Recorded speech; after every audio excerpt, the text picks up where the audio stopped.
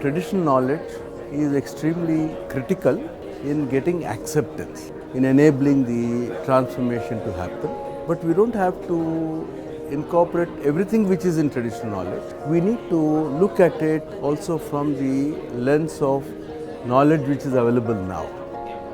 We need to get inspired by these examples, and many of the examples of truly transformative change are not happening from the mainstream, but they are actually happening at the margins. They are happening, locally, driven by sort of small organizations, indigenous communities, local communities in different parts of the world, and we can learn with these examples. So indigenous ingenuity is the key. So right now we have, place-based cropping system. Those crops that were grown there before have survived drought. We've had 200-year droughts in our area and we're still doing this. Now look at the biodiversity that exists right here. This is in North America.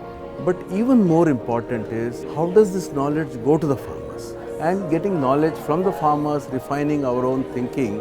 O modelo de agricultura do passado era um modelo de agricultura baseado em produtos e em produtividade. Agora temos um desafio que é olhar o modelo de agricultura baseado em processos, em nexos do alimento com o clima, do alimento com a saúde única, com o alimento com a água, com o alimento com o bem-estar, com os novos padrões de consumo. O nosso objetivo como WTT é criar metodologias de desenvolvimento científico e tecnológico, onde esse aspecto intercultural de ciência tradicional, com saberes tradicionais, com conhecimentos das redes sociotécnicas da agricultura familiar e das populações da floresta, possam receber os incentivos financeiros e de recursos humanos de políticas públicas.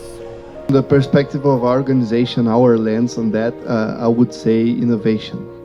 Those social innovations. We need more South-to-South science, basically. So like scientists from the South know much better their contexts, because despite that we are facing the same global challenges, the realities in the ground are very different.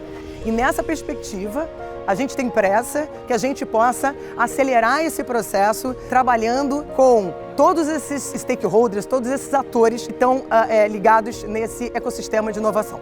Foi muito importante para a WTT estar aqui, essa COP muito controversa, mas para nós é muito interessante estar perto dessas discussões, de olho também em Belém. A WTT vai continuar aí com esse objetivo bem claro de influenciar no Sistema Nacional de Inovação para que ele se dedique a se adaptar às necessidades da agricultura familiar e dos povos da sociobiodiversidade.